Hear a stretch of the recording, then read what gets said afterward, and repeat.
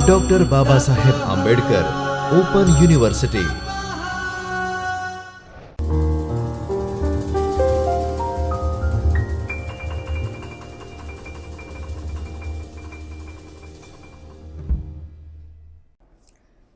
नमस्कार विद्यार्थी मित्रों, doctor Baba Saheb Ambedkar open university के चैतन्य स्टूडियो से इस आभासी कक्षा में मैं प्राध्यापिका पारुल परमार आपका हार्दिक स्वागत करती हूँ।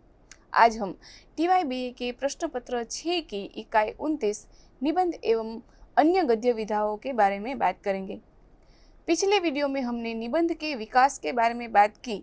अब हम गद्य की अन्य विधाएं जैसे निबंध, संस्मरण, रेखाचित्र, जीवनी, आत्मकथा आदि के बारे में क्रमशः जानेंगे। पिछले वीडियो में हमने हिंदी निबंध के विकास में शुक्ल युग में भारतेंदु और द्विवेदी युग में हुए निबंध और शुक्ल युग में हुए निबंधकारों के बारे में बात की।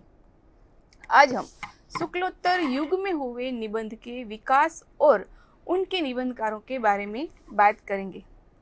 द्विवेदी युग और शुक्ल युग के निबंध अधिकाधिक गंभीर, साहित्यिक, विवेचनापूर्ण और तर्क संकुल हो गए। इनमें न तो भारतेंदु युगीन निबंधों की सी वैयक्तिकता है और न भावना की तरलता। यद्यपि छायावादी कवियों के निबंधों में व्यक्तित्व और आत्मीयता की झलक पाई जाती है, किंतु अधिकतर आत्मपरकता और जिंदा दिली का अभाव रहा। स्वतंत्रता प्राप्ति के पश्चात शुक्ल युग के बाद के दौर में एक बार फिर निबंधों में वैयक्तिकता का समावेश हुआ और वह विचारों को प्रकट करने का प्रमुख एवं सशक्त माध्यम बना है। उसका आकार भी छोटा हुआ है। भाषा बोलचाल की सी होने लगी है। उसमें तत्सम शब्दों के स्थान पर तद्भव और देसी शब्दों का प्रयोग अधिक होने लगा है। निबंध विषयों में विविधता बढ़ने लगी है। शुक्ल युग के बाद जो निबंध लेखन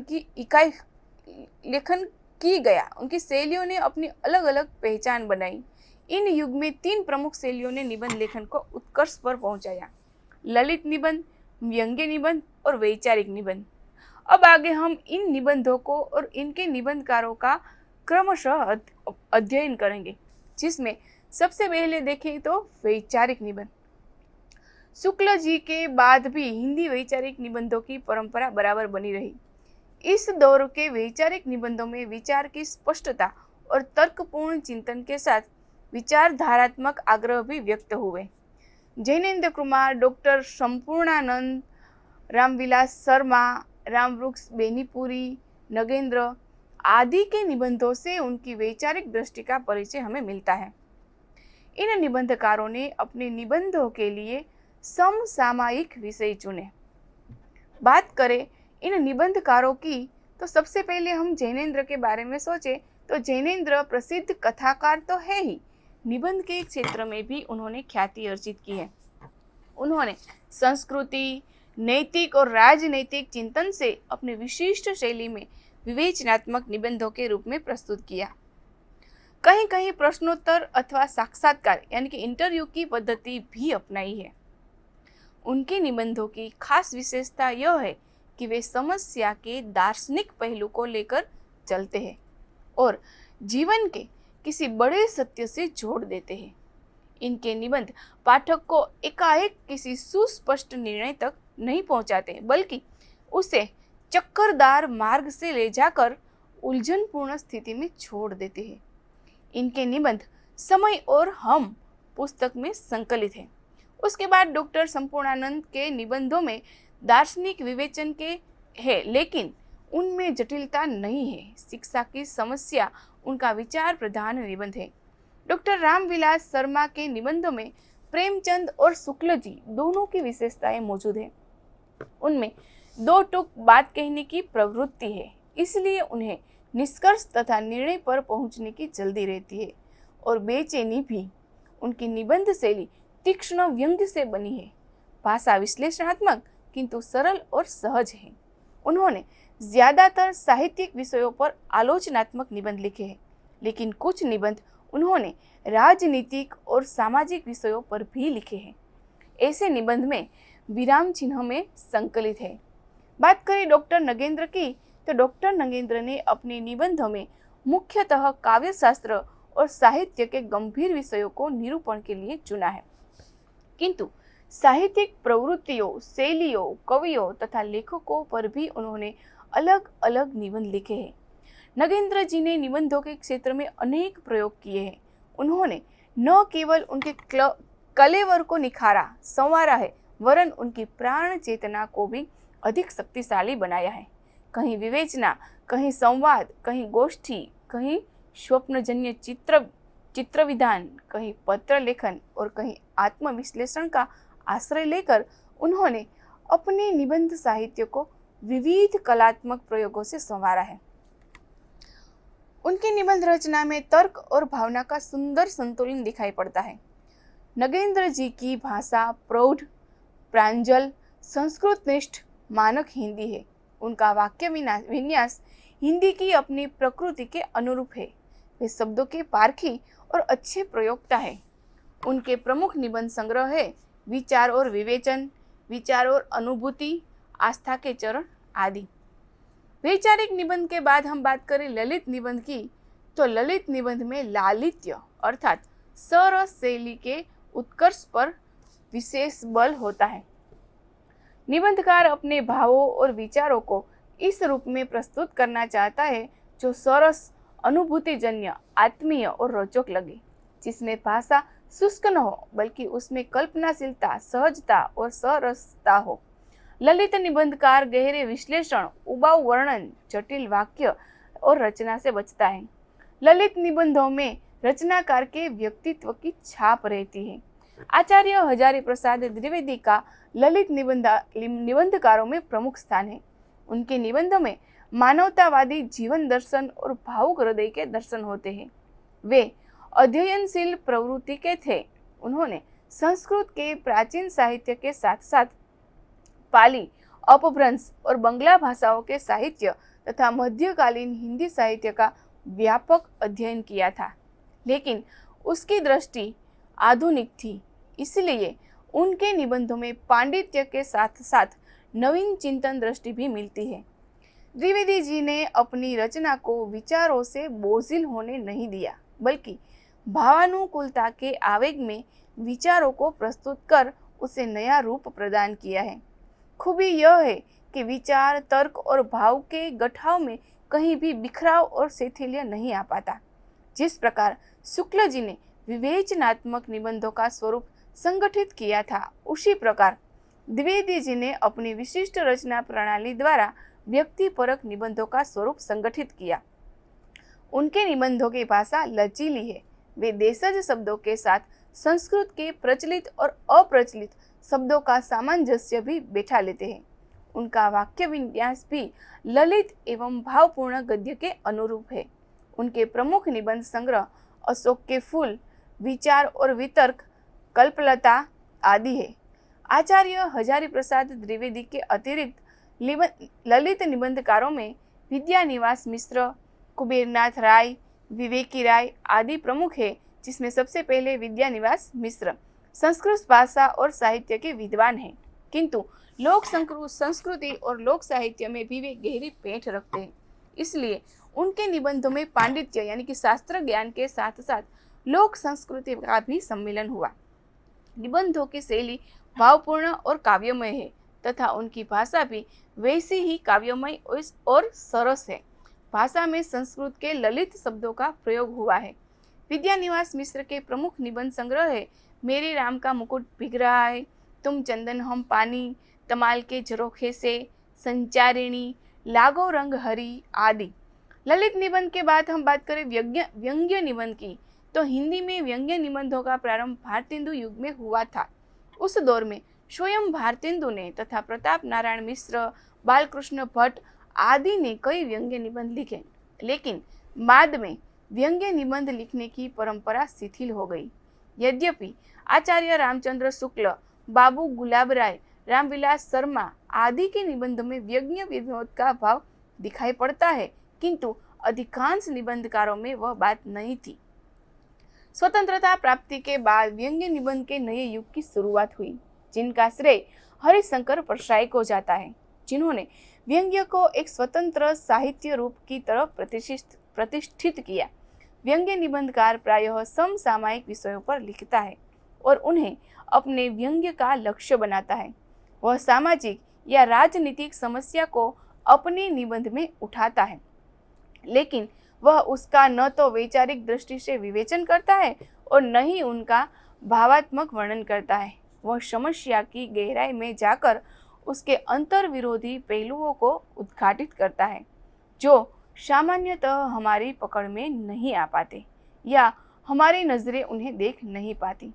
वह उन अंतर विरोधों को ऐसे प्रस्तुत करता है जिससे कि उससे नया अर्थ व्यंजित हो। यह अर्थ सहज नहीं होता, उसमें एक तरह का बांकपन होता है। इसके लिए रचनाकार एक विशेष प्रकार की हास परिहास की शैली अपनाता है। वह ऐसे शब्दों का चयन करता है जो व्यंग्य को ध्वनित करे।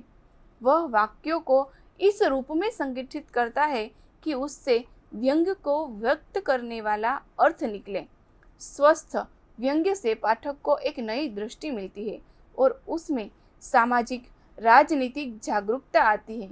रूढ़ियों, अंधविश्वासों आदि पर लिखे गए निबंधों से पाठक को सामाजिक सौदेश्यता का संदेश भी मिलता है।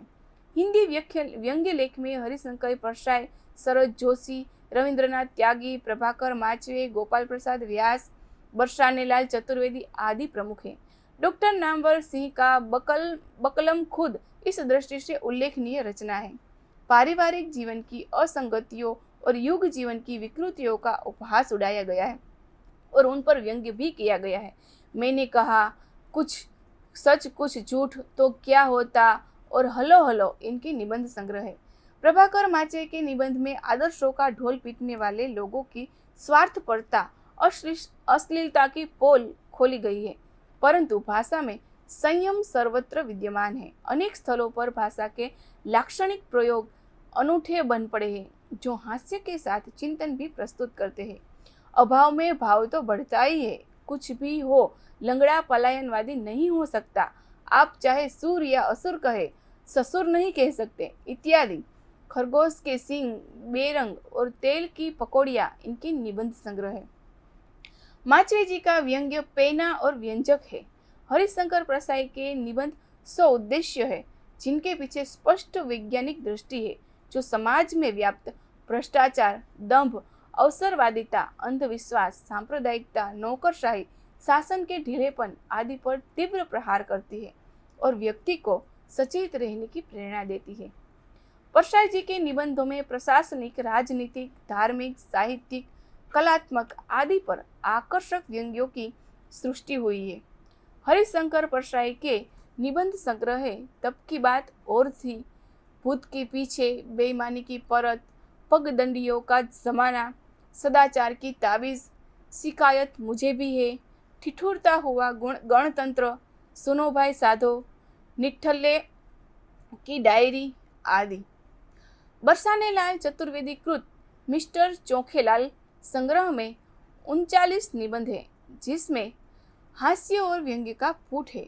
इन निबंधों में जीवन के सामान्य क्रियाकलापों की उन घटनाओं के द्वारा हास्य की सृष्टि की गई है जो नित्य प्रति हमें प्रभावित करती रहती है। भाषण झाड़ने की बीमारी, अभिनेता अथवा नेता बनने की चाह, झूठी हमदर्दी, जोरू की गुलामी, चाटुकारिता जैसे विषयों को अपने निबंधों में प्रभावशाली ढंग से व्यक्त किया है। शुक्लोत्तर युग में साहित्यिक, भावप्रवण, चिंतन प्रधान, उच्च कोटि के निबंध लिखने वाले लेखकों में अज्ञेय कन्हैयालाल मिश्र, प्रभाकर शिवप्रसाद सिंह, गजानन माधव मुक्तिबोध, धर्मवीर भारती, रघुवीर सहाय आदि प्रमुख हैं। हिंदी निबंध लेखन की परंपरा अत्यंत समृद्ध है, लेकिन इधर के वर्षों में इस क्षेत्र में नए लेखकों का आगमन बहुत कम हुआ है। ललित, भावात्मक, विचारात्मक निबंध लेखन की प्रवृत्ति में कमी आई है और जो लिख भी रहे हैं वे पुरानी पीढ़ी के ही लेखक हैं। नए लेखकों की निबंध लेखन के प्रति यह उदासीनता चिंताजनक है।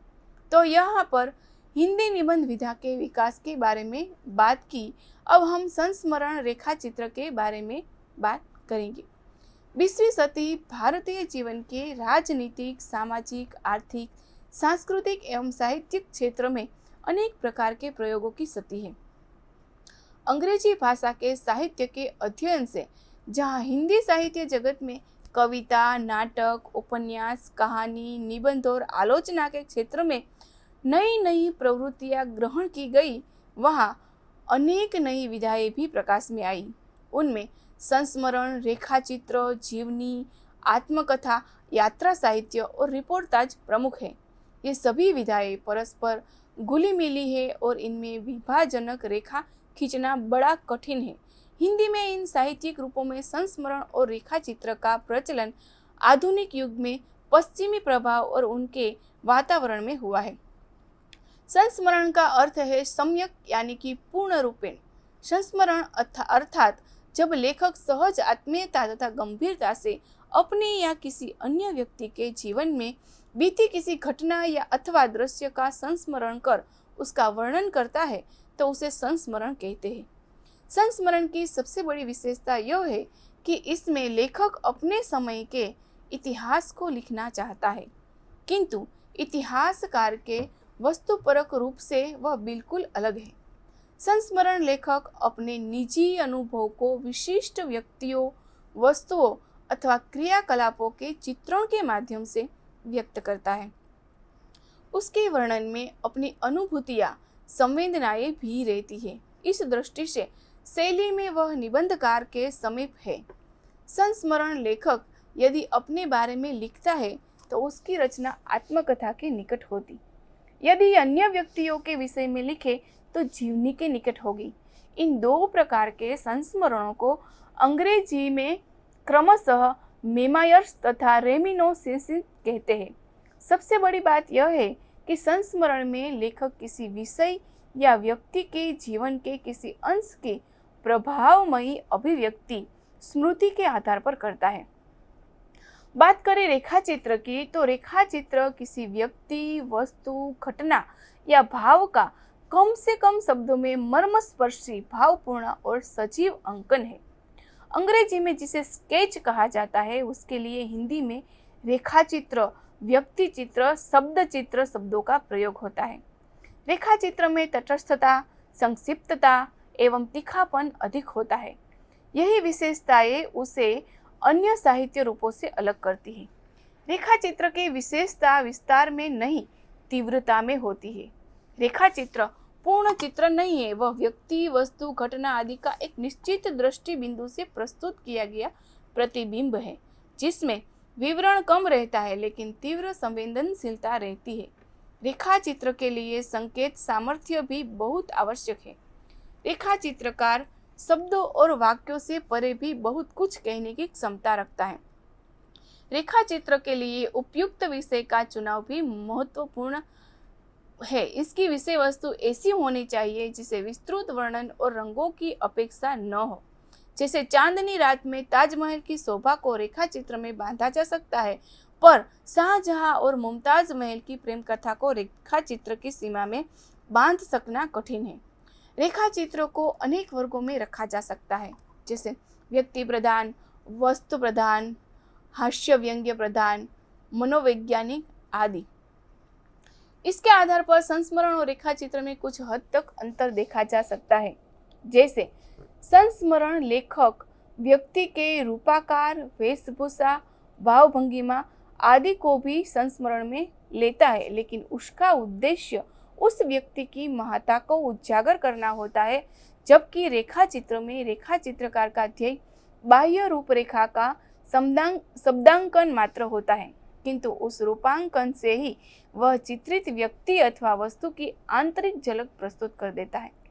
संस्मरण लेखक के लिए वर्णित व्यक्ति या घटना के साथ तादात्म्य होना जरूरी है, जबकि रेखाचित्रकार के लिए यह आवश्यक नहीं है। संस्मरण लेखक जहाँ भावुकता में बहकर संस्मरण को विस्तार दे सकता है, वहाँ चित्रकार गिने चुने शब्दों और वाक्यों से ही अपना काम चला लेता है।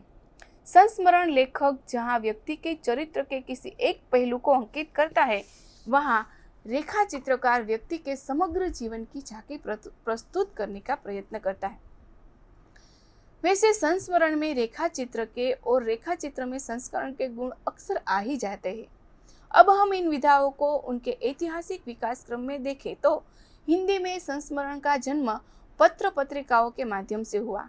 सरस्वती, माधुरी, सुधा, विशाल भारत आदि में साहित्य सेवियों, समाज सुधारकों, राजनीतिक महापुरुषों के संस्मरण निकलते रहते थे।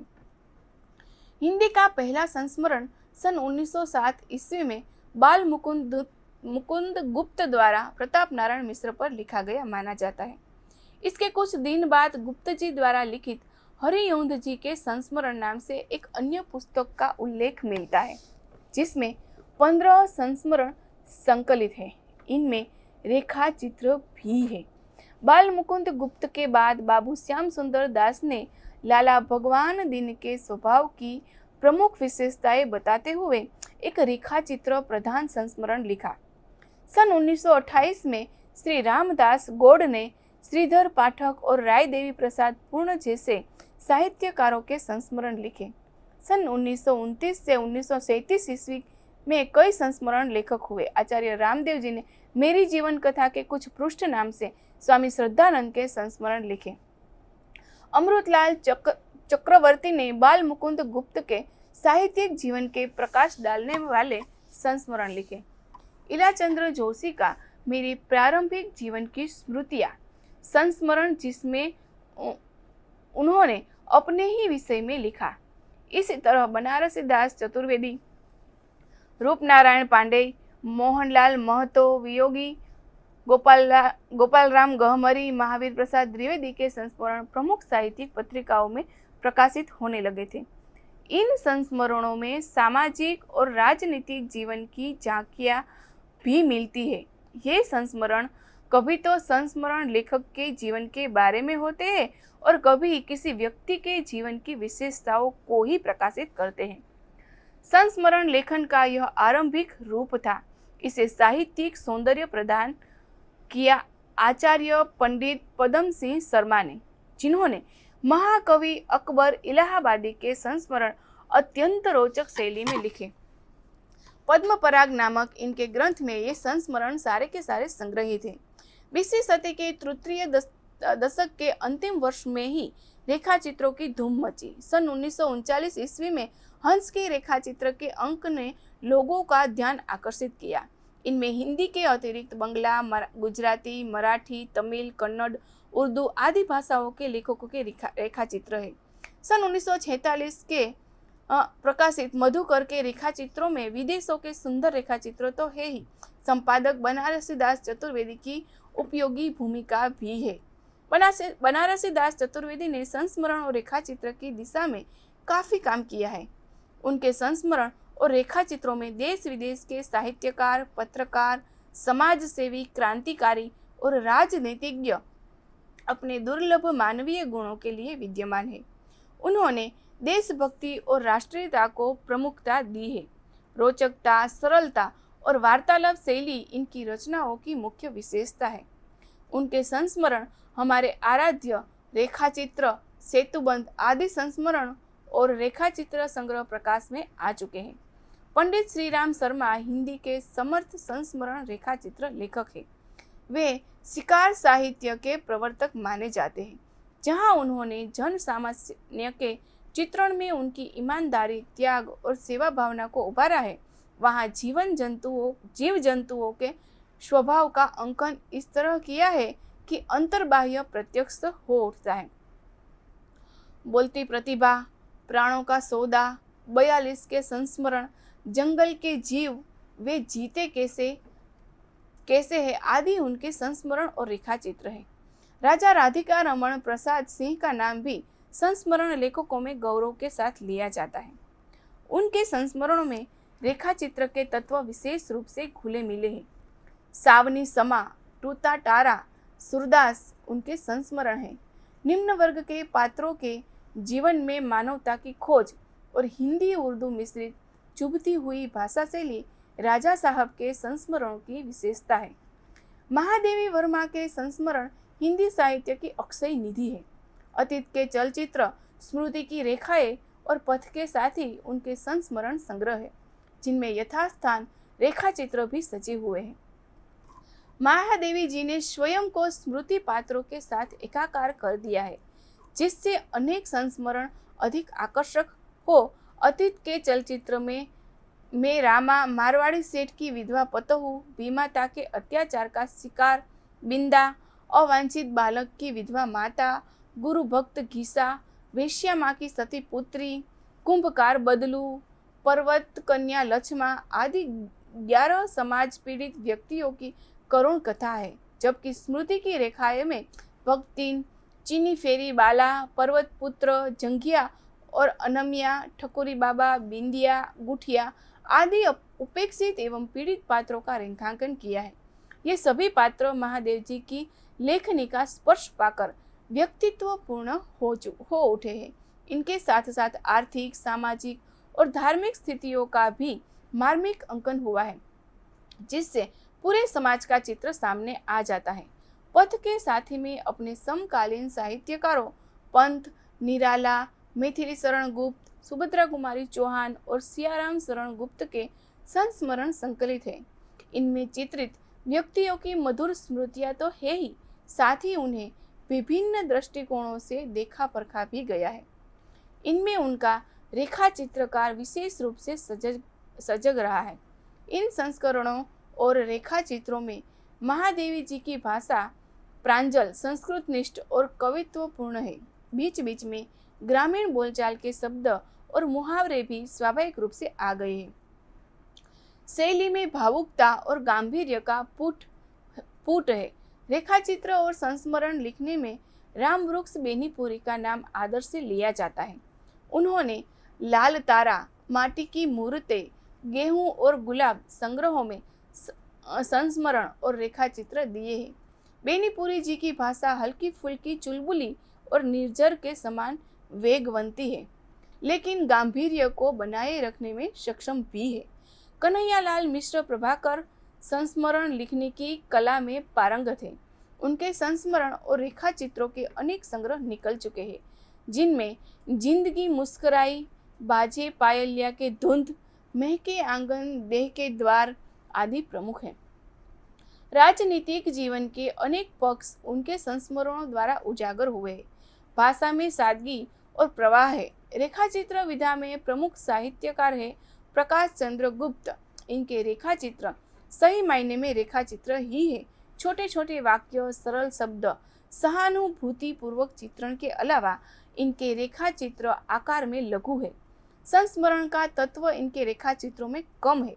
इनके प्रमुख रेखाचित्र संग्रह है रेखाचित्र, पुरानी स्मृतियाँ और विशाख।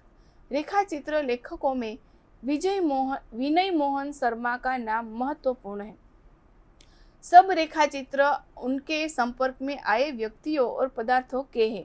इनकी भाषा बड़ी संजीव है। वाक्य छोटे छोटे और चुभते हुए हैं। यत्र तत्र हास्य व्यंग्य के भी छोटे हैं। रेखाएं और रंग संग्रह में इनके रेखाचित्र संकलित है। इनके अतिरिक्त विष्णु प्रभाकर, डॉक्टर नगेंद्र, रामधारी सिंह दिनकर, प्रताप नारायण टंडन, उपेंद्रनाथ अस्क, देवेंद्र सत्यार्थी, हरिवंश राय बच्चन, सत्यजीवन वर्मा, रामकृष्ण दास आदि ने भी संस्मरणों और रेखाचित्रों की रचना की। तो आज हमने यहाँ निबंध विधा को पूर्ण करते हुए दूसरी विधा संस्मरण और रेखाचित्र का विकास जाना और इन दोनों विधाओं में क्या अंतर है वो भी हमने जाना। इन विधाओं को लिखने वाले लेखकों के बारे में भी जाना। तो यहाँ पर हमने इकाई 29 की विधाएं निबंध और संस्मरण रेखाचित्र को पूर्ण करते हैं और इसी इकाई की दूसरी विधाओं के बारे में इसी इकाई के अगले वीडियो में अगले भाग में बात करेंगे। तो तब तक के लिए धन्यवाद। स्वाध्यायः परमः